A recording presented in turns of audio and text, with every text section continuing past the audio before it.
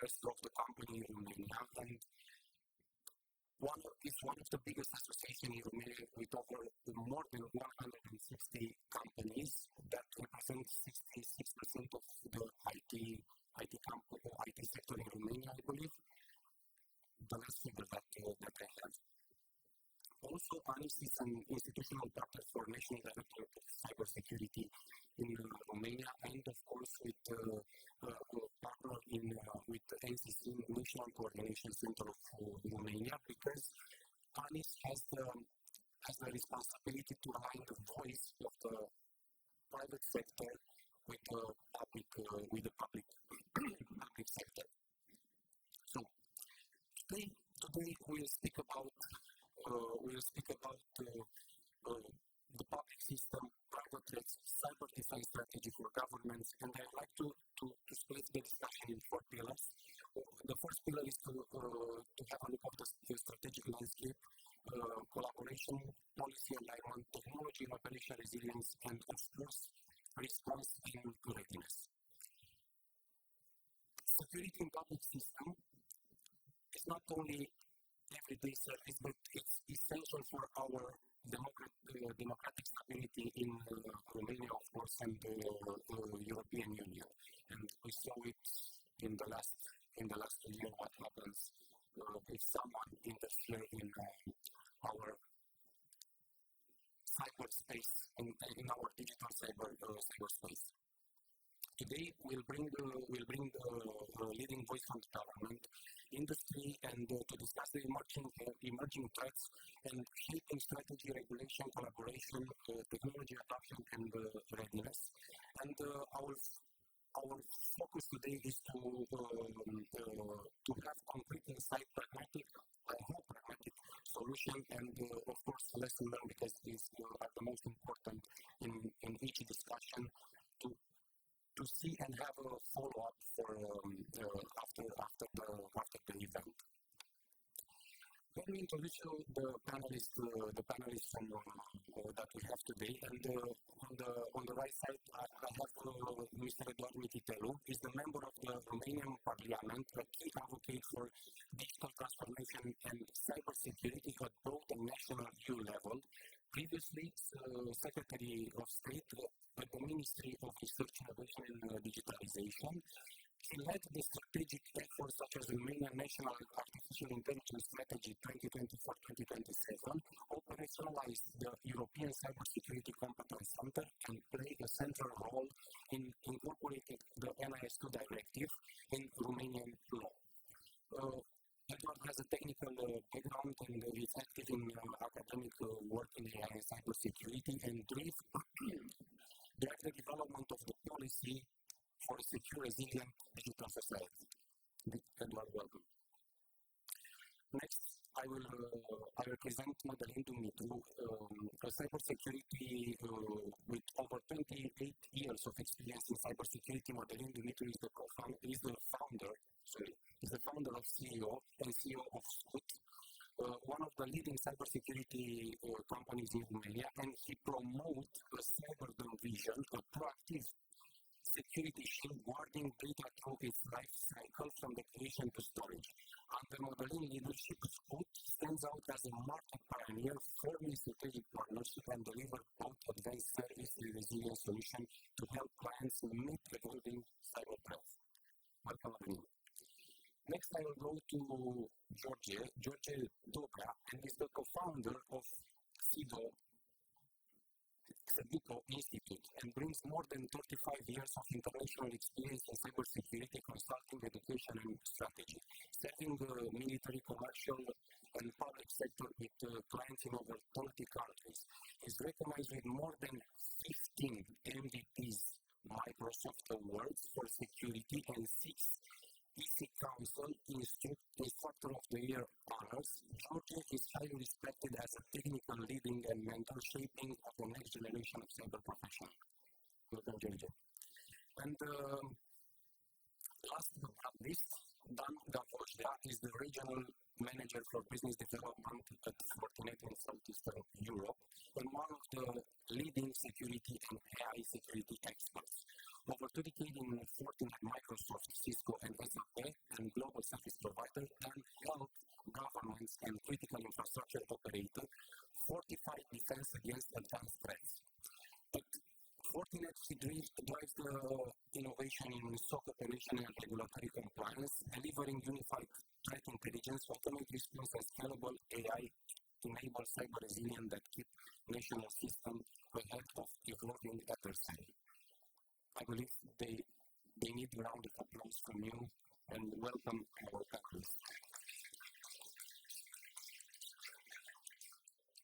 We'll deep dive in the subject on the first pillar that I already previously mentioned, and I'd like at the end of the discussion to keep in mind the question and address the question directly to the public and private sector. And also I have a question if in our audience today is someone from academia.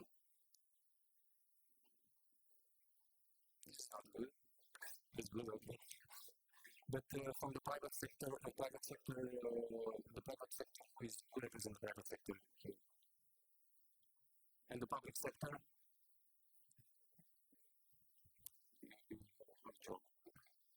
So let's start and open the discussion, and I will start with the strategic landscape, and I will ask Eduard, how do you see the current threat landscape influencing Romania and EU cybersecurity legislative priority for the next 12-18 months? Thank you very much. I will start with saying thank you to the organizers for this really event. I'm very sad that I'm the only person from the public sector here, and I think one priority for next years is to have more and more public sector persons, actors, this kind of things. Previously, I was State Secretary for Digitalization and Cybersecurity, Artificial Intelligence, and I learned a lot.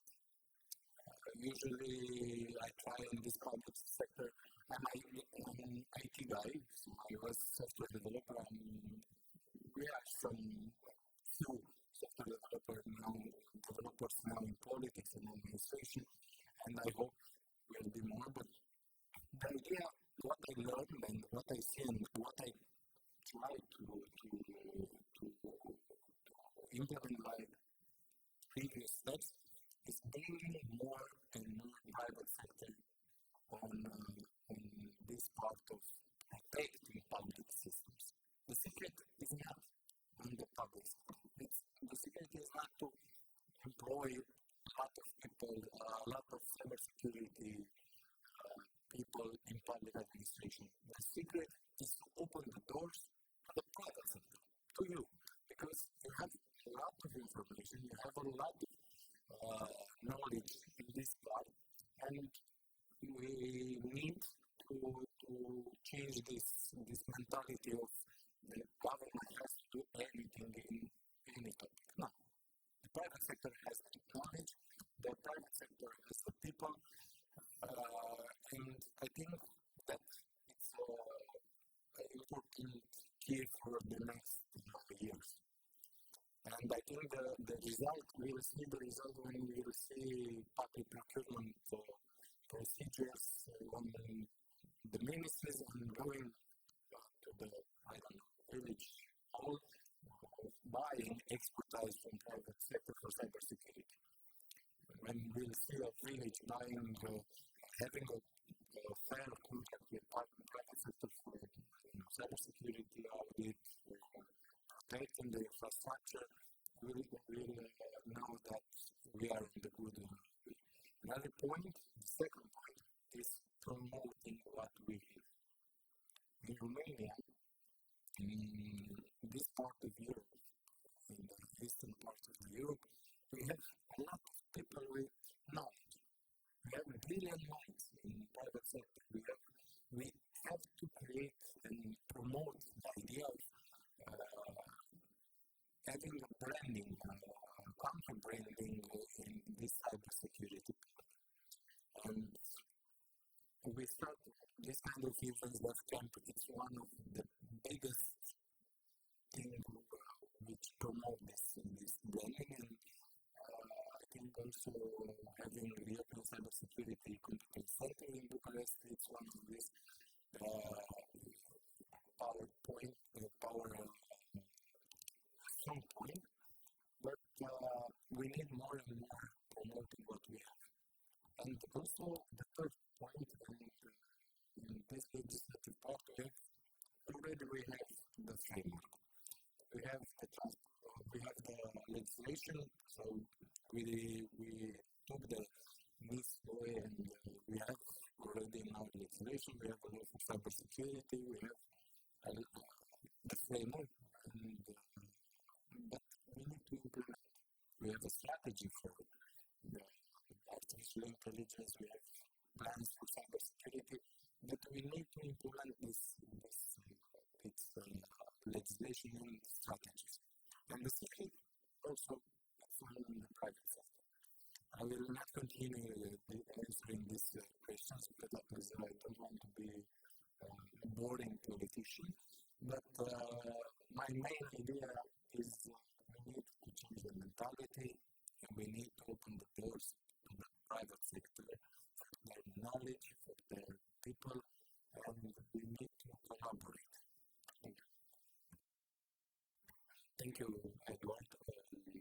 It's a strong point that you mentioned that private sector should be involved more often, or request services from the private sector, because in the governmental body, and we know that they are not so well prepared in front of attacks. So that's why the next question will be for Madalin, Dumitru, CEO of SCUT. Based on your experience, what is the public sector attack trends that you have experienced in the last year? Because we have some incident last year in Romania, and how this was seen from your eye. Hello, everybody. First of all, thank you very much for the invitation, and thank you for the question. What we see in terms of trends, we see that these days are the attackers. It doesn't matter who is behind, to whom is attributed those attacks. They are not performing just opportunistic or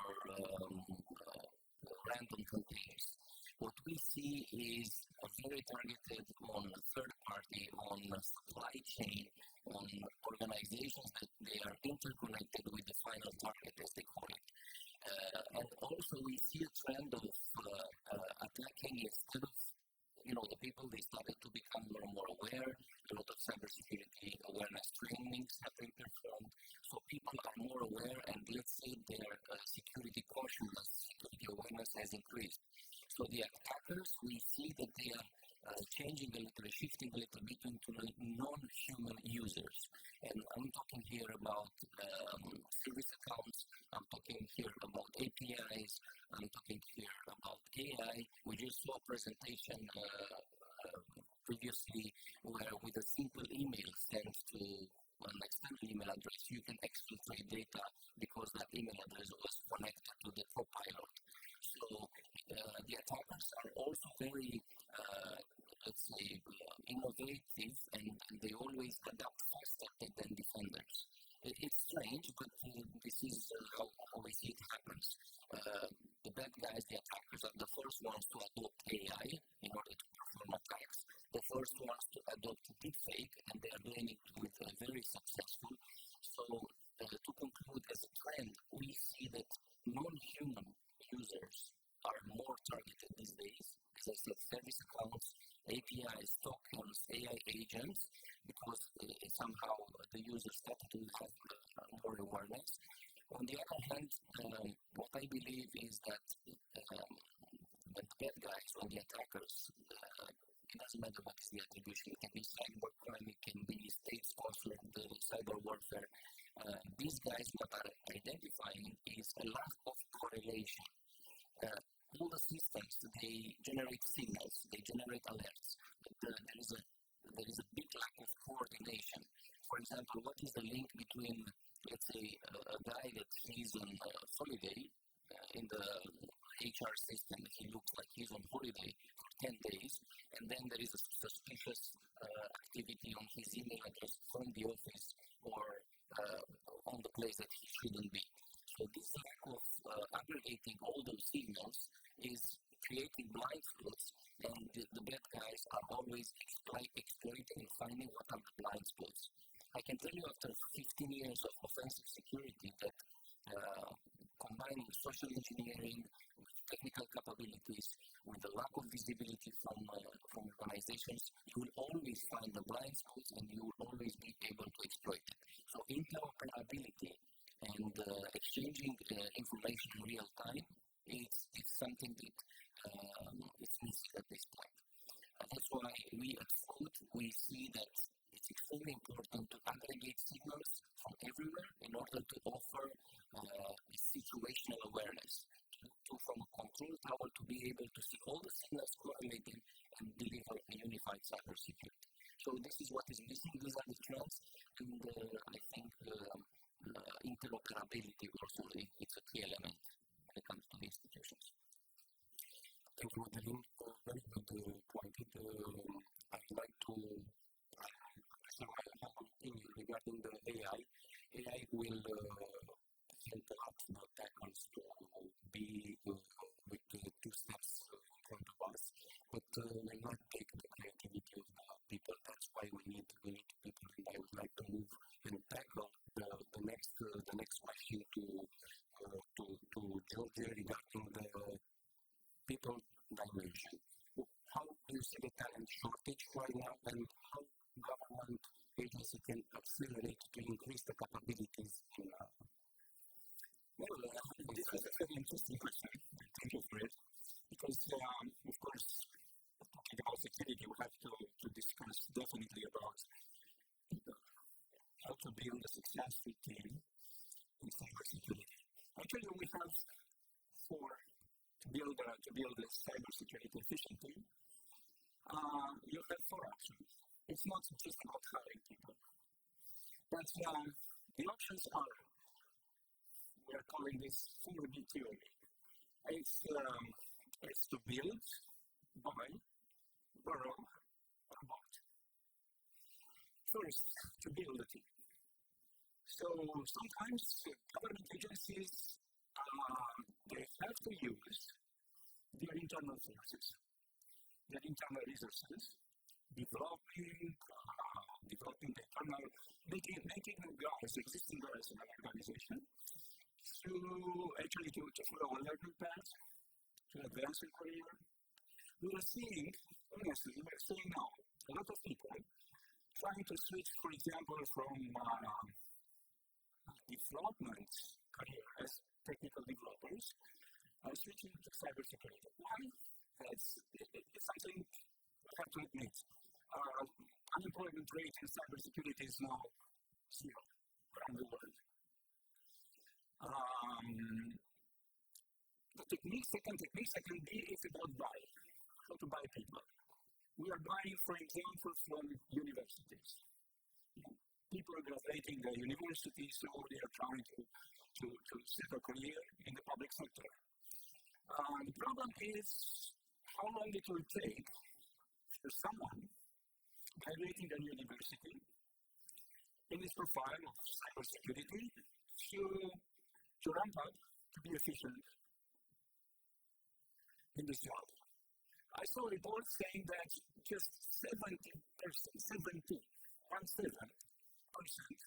of the European technical universities with this specialization are asking their students to follow an internship program as a requirement. So this is a challenge, really, because it takes a bit too long, to prepare those people to be efficient in the job you're expecting them to do. Borrow people. It's about outsourcing. And thank you very much, Eduard, because you did touch this topic, as well. Now, we can outsource the services, We are not expecting the government agencies to have the right people to do everything, from forensic investigation to threat intelligence. And so, why not to outsource? Yeah, to join people, to make people to work together. Third option is bots. It's a new topic, right?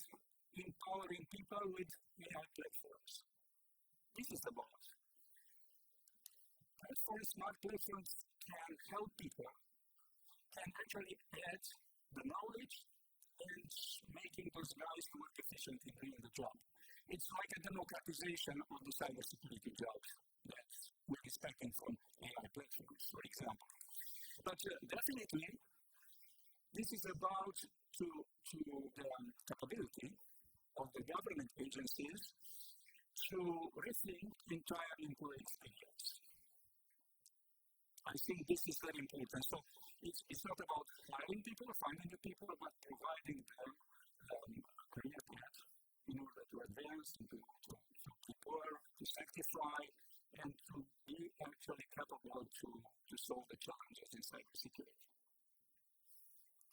Thank you, George. That's why I started to ask at the beginning what bodies are in the room, like public, academia, and government, because these three bodies that I mentioned previously are important to create innovation, are important to deliver capabilities, and are most important to understand how we can create the amazing and best solution to protect ourselves, our families, and of course our money that we have invested in different businesses. I will move forward with a question regarding I will address technical capabilities to Mr. Panelists and Gavojdea, and to tell us what is the most underutilized capability in modern SOC that make immediate impact for governments. Thank you, first of all, to our organizers for this session, and also thanks to the audience for taking the time for this session. So I would start by building up my view on what Mr. Mititelu said already. Like, we do have underutilized resources. So we have resources, and you can see, especially in this event, I was impressed about the full house, and I see a lot of teenagers that are potentially prepared to have a contribution in terms of what is not yet utilized. And based on my experience, because I'm covering South and Eastern Europe, and I have experience with both public sector and private sector, what I can emphasize is that the underused capability that we currently face is the context-aware automation. What does it mean? It means that many organizations, government, public sector, SOCs, even not necessarily advanced SOCs, they are collecting the data, but the data is not fast enough. So basically, when we automate and we correlate the data, we should take into consideration, we call it playbooks, in very sophisticated technologies called SOA. And these kind of technologies can actually leverage the time of response hours to minutes. And in this rapid world we have right now, it's a huge issue we are facing, and potentially automation and as Madalin already said, unified security along the resources we have potentially will help us together with the underutilized resources to the target that we have. What's the target? Is like NIS2 and other regulations are coming right now. Build resilience in this country. What does it mean? Resilience for us as citizens and a better state for the communities. So, long story short, with the context, not just with data collection, and automate everything in the SOC and outside the SOC would potentially give us the opportunity to speed up the process. Thank you. Great insights, and of course, what we have people, we have tools director, and we need to collaborate together. And I will start by asking Eduard, how do you see the policy mechanism that better activate a proactive cybersecurity in governmental institutions? Thank you for your question. You put me on thinking some ideas. And already we have, I told you, already we have it's like a framework, we have this platform, national picture for threats, but we put on the table another idea, because we talk about collaboration and taking ideas from private sector. I have few weeks. I didn't plan to discuss about this on this event, but I think it's the right place to bring this idea and put it on the table.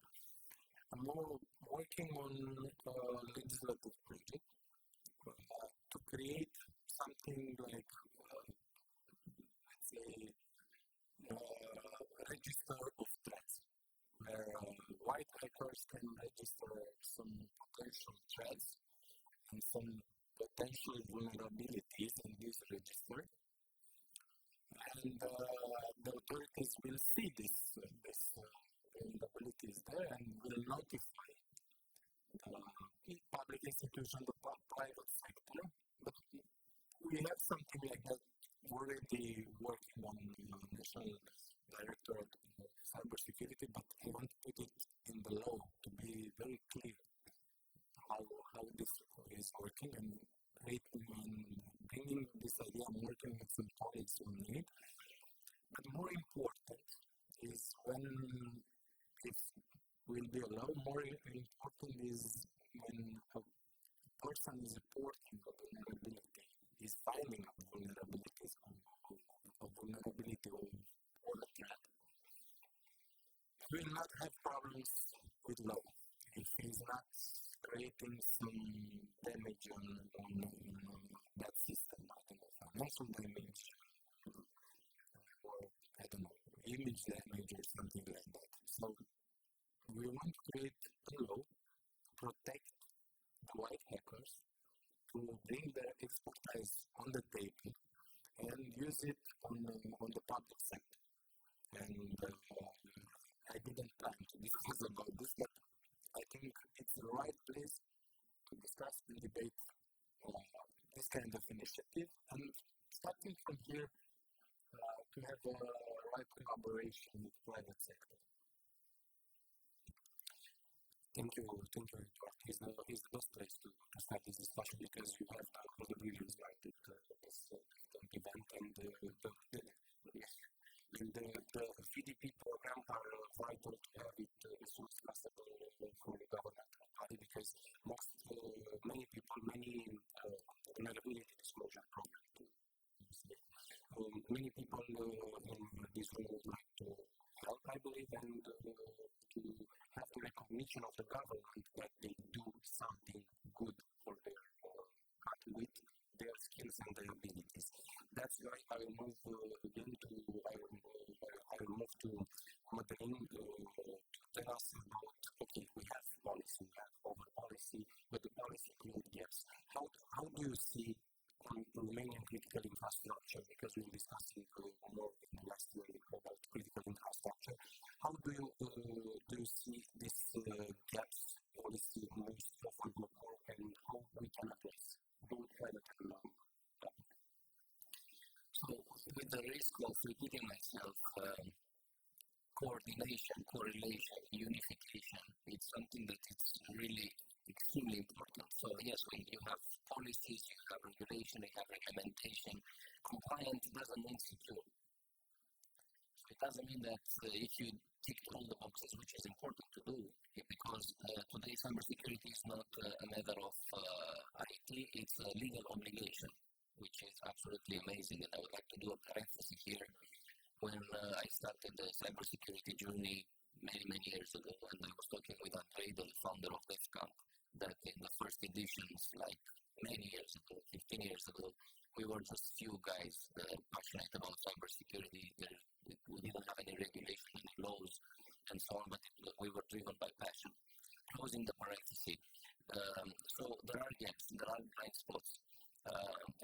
a lot of brilliant guys here at the DefCamp, those guys with the hacking mindset, with this ability to identify vulnerabilities and bypass vulnerabilities.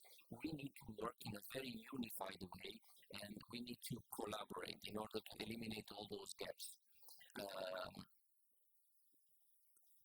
Imagine a cybersecurity incident, a hacking incident.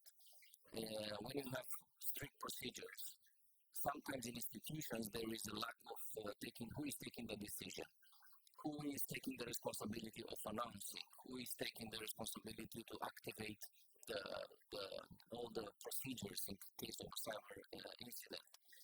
In this case, I believe it should be a very close cooperation between private and public sectors. And you don't build trust during crisis. This trust is built before, when you simulate attacks, when you start working together before the incidents are happening. So I repeat that you don't build trust in crisis. You need to do that before. And also to the previous question, I would like just to add something. I do believe that every citizen of our country, this brilliant country with these brilliant minds, and we are recognized all over the world for our cybersecurity capabilities, each citizen can become a sensor and part of this digital national shield. So we are thinking to put up an application, a mobile application, that whenever you receive a suspicious SMS, suspicious link, suspicious email, to be able to report it by yourself and be very involved, like skin in the game, to be part of this digital national shield. In this way, I believe we start working as individuals with our government and also to close all those gaps between compliance and security and awareness in order to prevent. So even if I'm repeating myself, and like Dan said before, unification, correlation, see security as unified. That's extremely important. Thank you, Madalin. You are putting on the table again the citizen, the people, and our capabilities, and that's why we need to identify the weakest human link in our relationship with governmental bodies. And I would like to ask George how we can fix this. How we can build and create the trust, credibility, and transparency between public, private sector in front of the citizen to have no weakest human link. Okay, honestly, if you are asking someone about the weakest security link in a security chain, I think 95 people automatically will answer the user. And I have a different opinion. It's the weakest link in the security chain is not the user clicking that phishing email, it's the mindset. Because our biggest problem is that one of inconsistent awareness, security awareness, and accountability. Inconsistent accountability across the full system. So, so security awareness is not just about ticking boxes once a year. It's about creating a culture of security, which is a more complex concept. So to make everyone in the organization to feel it's part of a big plan, to build the company firewall, the human firewall in an organization. Yeah. Many people are relying on technical means to protect the company assets. This is very often happening not only in the public sector, but in the private sector as well. And actually the management cannot understand why cannot be an investment. Actually, doesn't matter how big it could be, in order to protect them to be 100% protected from the cyber attacks, for example. And this is an issue as well with aligning the accountability from top in an organization. Fortunately, the new regulations, NIS2, DORA, and some other AI Act and so, are very clearly defining the strategy and the procedures, and the organizations that have to adopt it. Definitely. This is very, very important. It's helping a lot in actually building this culture, making anyone in an organization to understand security is the job of everyone. And another thing to add here about the weakest link and so on, blaming culture. It's something which is happening. We're seeing this in many organizations. It's not good at all. Even the CEO of an organization or the director of a public institution is saying, we did identify that guy who did it, who did click on that phishing email. We are firing that guy and everything. Anyone could be happy and we did solve the issue. Instead of creating actually having a more global approach, building that culture, consistent security culture in the organization, building a word of trust in the organization. Thank you, Georgie. It's important that raising awareness and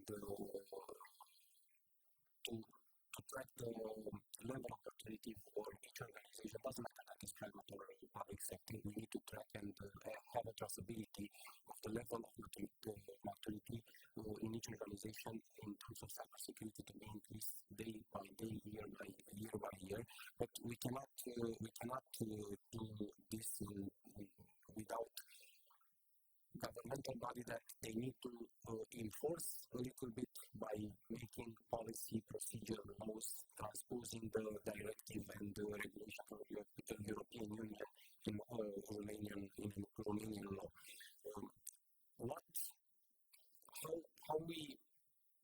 I will go to the next question to Dan, and I will ask. I want to see his perspective regarding the. What does it mean threat intel? How we can collaborate and how we can have a shared threat intel that we can build the success or, I don't know, maybe having roadblocks. How do you see this approach? First of all, I would again build on what Mr. Eduard said regarding collaboration.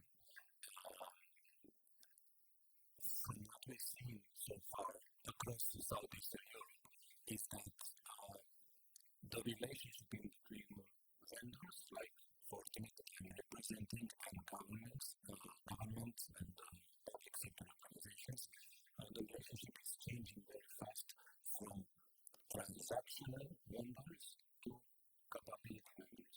So what we do actually, and this is based not only from the services we are delivering, but as a service capabilities that we are delivering on top of the technologies, plus the expertise that a vast number of partners are dealing with this technology across the region.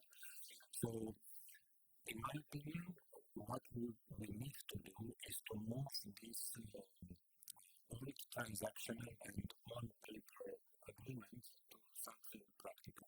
I think yesterday, the special services across Europe are planning to build like a common database and agreement and exchanging information and data. I haven't seen so far this on the treatment part. We had many occasions to discuss with the SCUT on how we can, from all threat intel, we can provide information to public sector organizations and government, but there are many blockers, and especially because the collaboration is on paper-based and not in practical activities. Now, it's not to blame anyone here, it's to build on that and understand that the vendors now more than before, as Mr. Dobrea already said about NIS2, it's something that we are mandatory to be aligned with, meaning that vendors not only need to deliver equipment, technologies and products like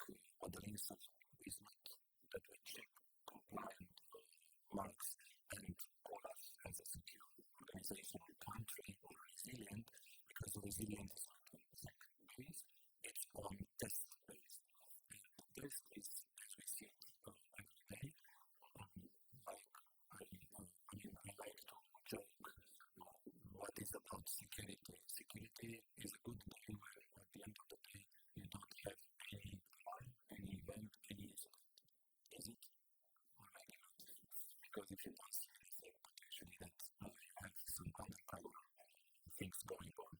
So visibility and capabilities that vendors may be able to transfer to organizations from public sector, I think it's something that we need to build. And for Fortinet, we are open to collaborate, and I'm not just saying it, I can be a volunteer part of this. And I'm especially thankful for Mr. Mititelu being here with us, because potentially we can start from here.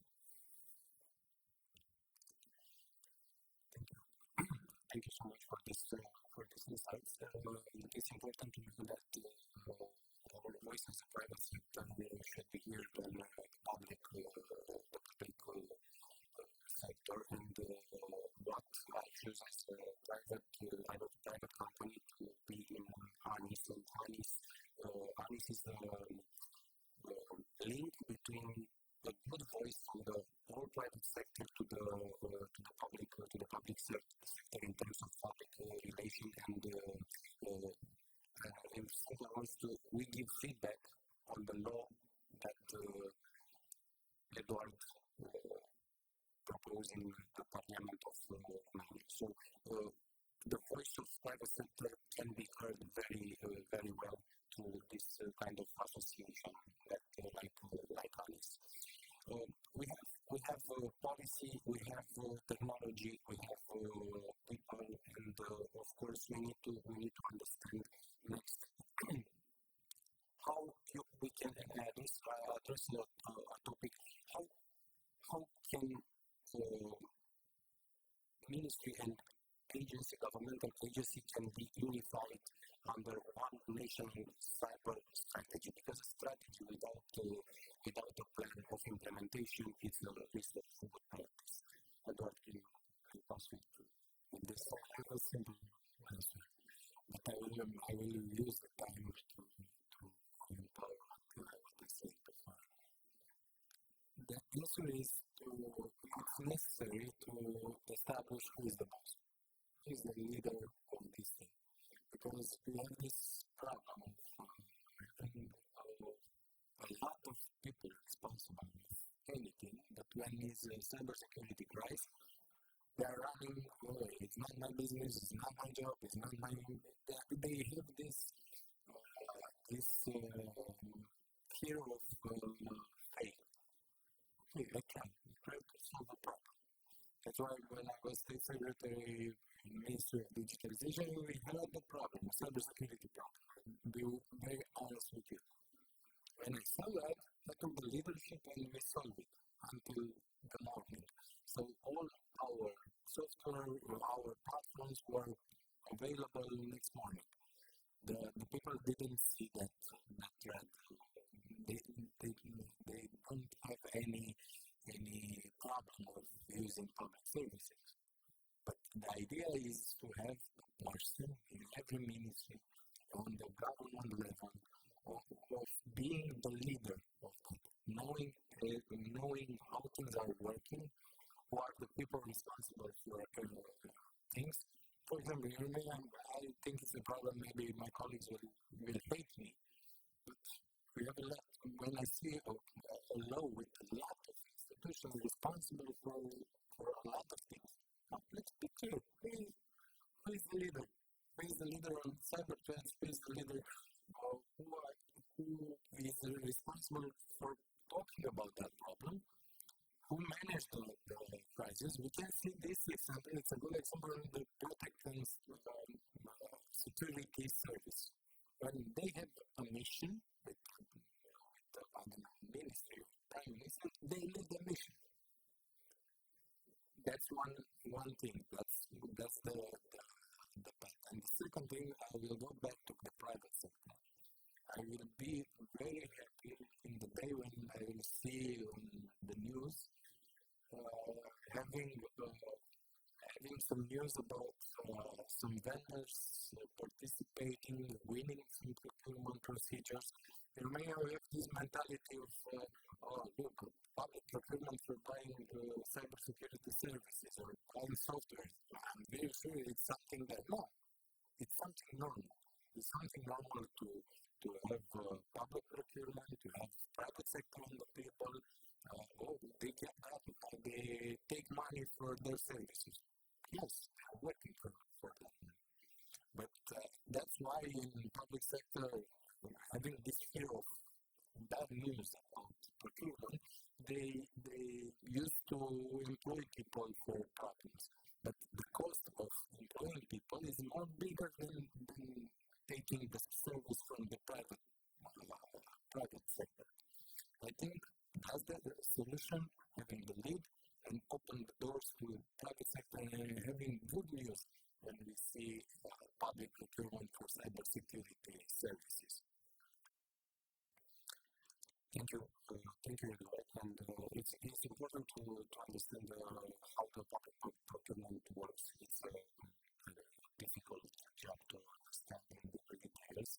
But what we do when we have a crisis, what we do when we have an incident, major incident. And I would like to ask Madalin, because in your experience, I'm sure you have experienced a major incident in the public sector as your support. How you face it? Yeah, without giving some sensitive information, I can tell you that there are several cases where we helped in such incidents. And I can tell you one example when one institution was attacked, and the main vector of attack was a private company. So it was a typical type of supply chain cyber attack. In this case, the institution started to take care about the incident response by its own infrastructure, and we took care about that organization and to see what was the breach, what was the vulnerability exploited. We did some containment and so on. In this way, we started to exchange telemetry and we started to exchange indicator of compromisation and information in real time. So basically, it was a very good cooperation between us and the public sector. And in this case, we reduced the incident response and all those specific activities from days to hours. So we had such successful cooperations, and I really encourage this type of approach to all our the cybersecurity enterprise landscape to cooperate in this way. I do believe that it's very important to exchange intelligence in terms of indicator of compromisation, TTPs, and so on, because in this way you can better prevent. And now using artificial intelligence, like the bad guys do, in order to do a lot of calculations and so on, in order to prevent cyber attacks. So I see also a global shift on a global scale, besides unified, and I've heard here 3 times saying unified, which I believe is really important. I see a shift from reacting to cyber attacks into preventing cyber attacks. And in order to prevent those cyber attacks, there is a need of strong cooperation between public and private institutions. So we have several cases, and we worked very well, and we will do it from now on as well. Thank you, Madalin. I'd like to jump a little bit to Dan to see how do you see in your 20 years of working for the big names, in the big organization like Microsoft, SAP, Fortinet. How do you see the vendor government agreement and the evolution of this agreement in time? I think the time we are passing right now is a transformation, and Madalin said it right already. AI is changing everything, and not only based on capability, but also as a human surface of attack is right now expanding to some limits that we are not seeing very well right now. Just to give an example, there is no single technology that can stop indirect prompt injection. Imagine that literally implemented receive a PDF file and that PDF file very well written, exactly drafted code, and it's automatically injected to your internal AI. What I'm saying right now is something that is happening as I speak. So the point I wanted to reach is that we are not aware of what is actually the danger that we have in front of us. Considering this now more than ever,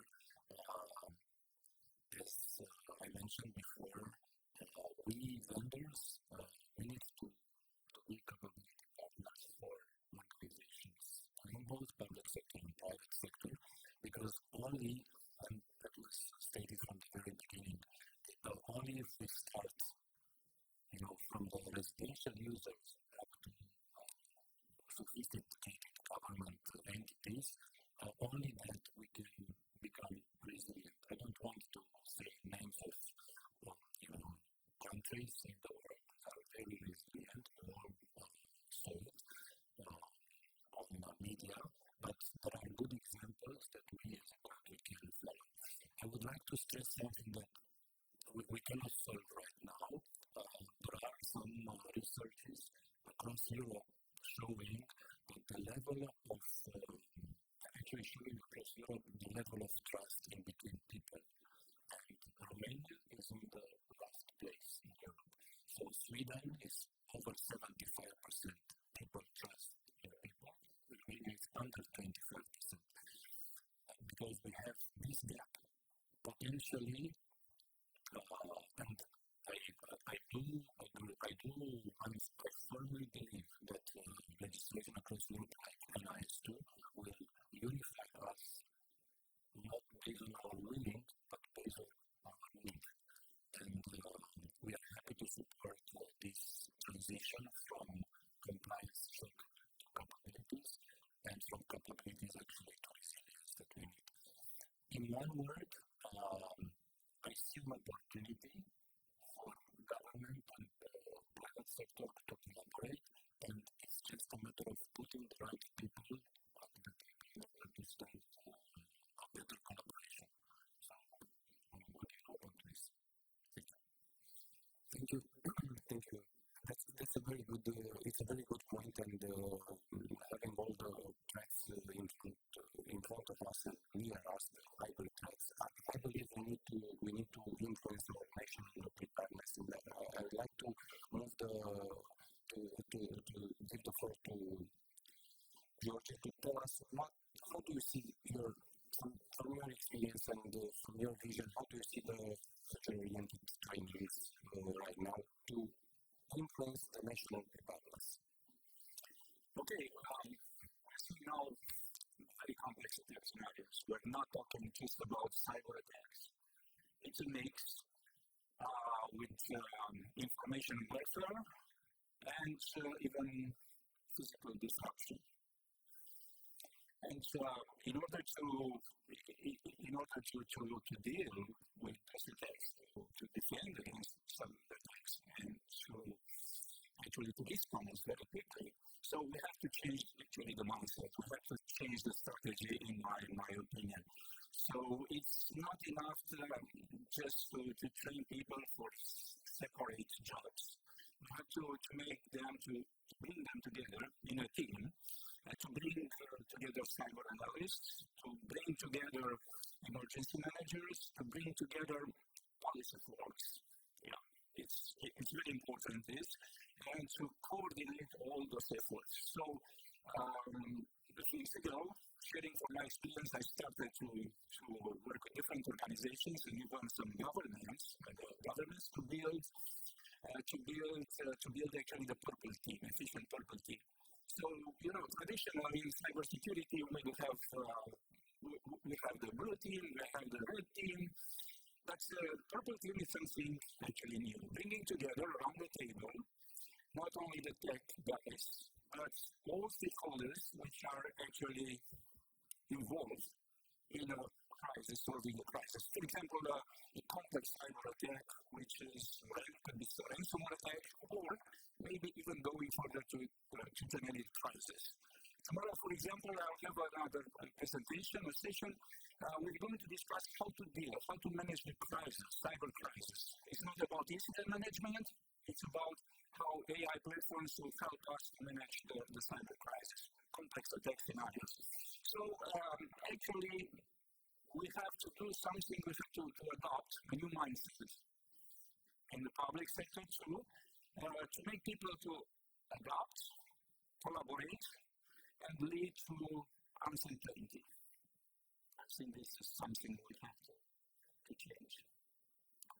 Thank you so much.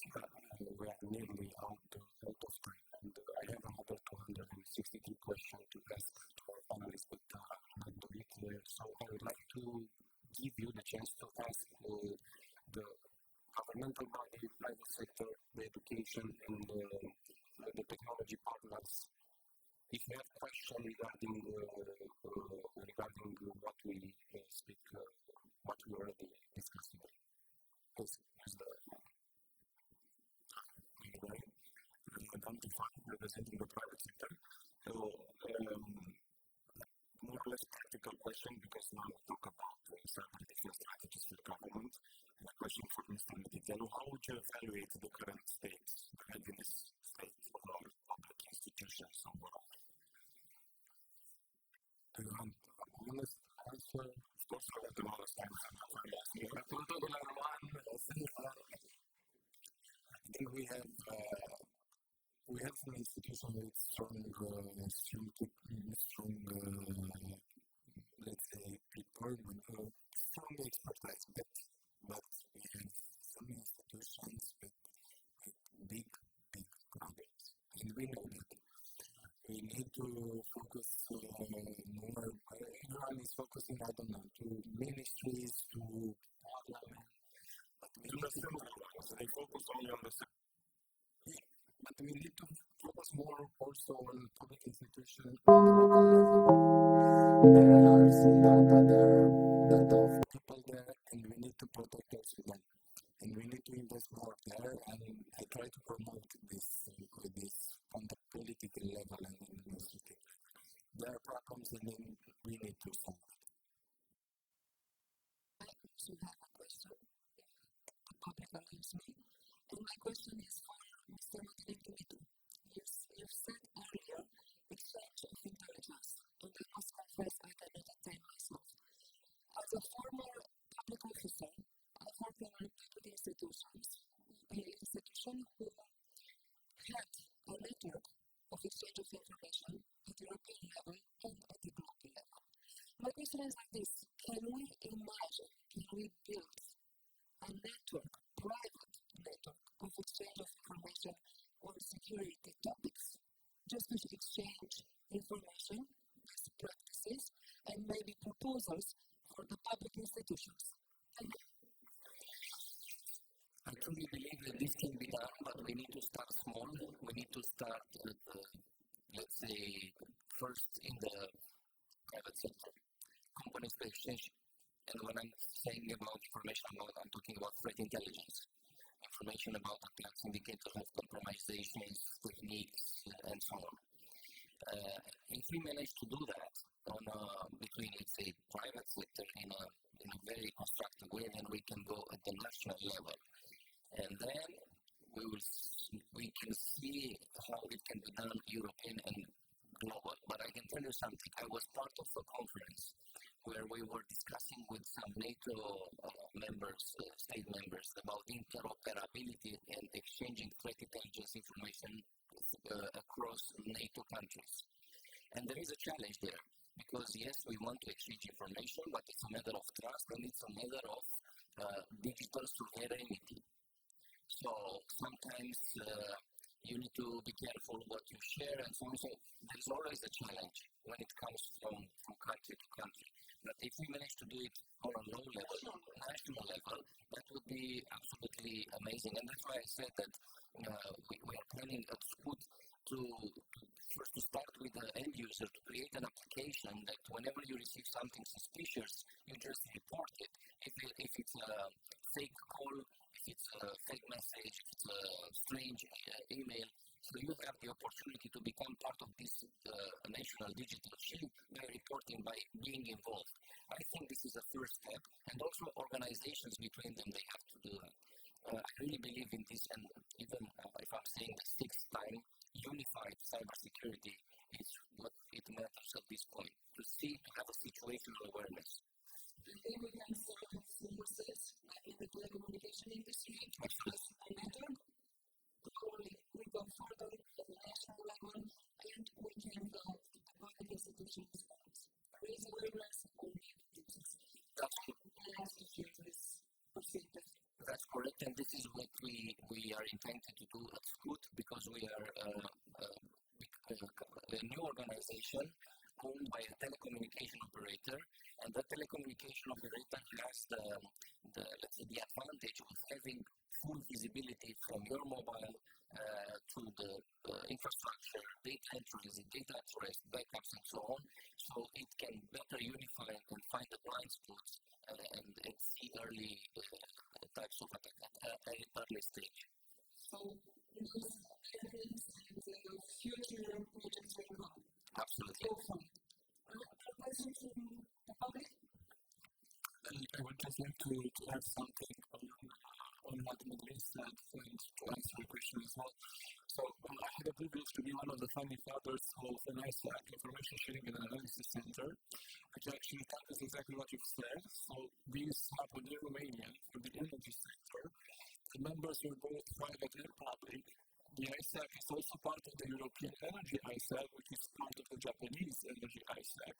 So the exchange of information is not just on Romanian premises. And the thing is that there are some models. From the technical side, it's based on MISP. So our information sharing platform, we have all the protocols in place, TLPs, to share the information the right way. The main challenge would be when you try to implement something like that, you need those fixes, as you say, in the private sector. The people who are capable of moving the needle, because someone has to take the lead, and it has to make it happen, because things don't happen by, if you let it for everyone to choose, then things don't happen. You need to have that Chinese block approach, and to be very, very persistent, and someone has to do it. But there are tools in place, you have already models in place. I'm really glad that we are trying to do this with SCUT as well. So you have everything that you need, but you just need to have the right people to actually do it. Thank you. Thank you to your distinguished speakers. We need to close this panel.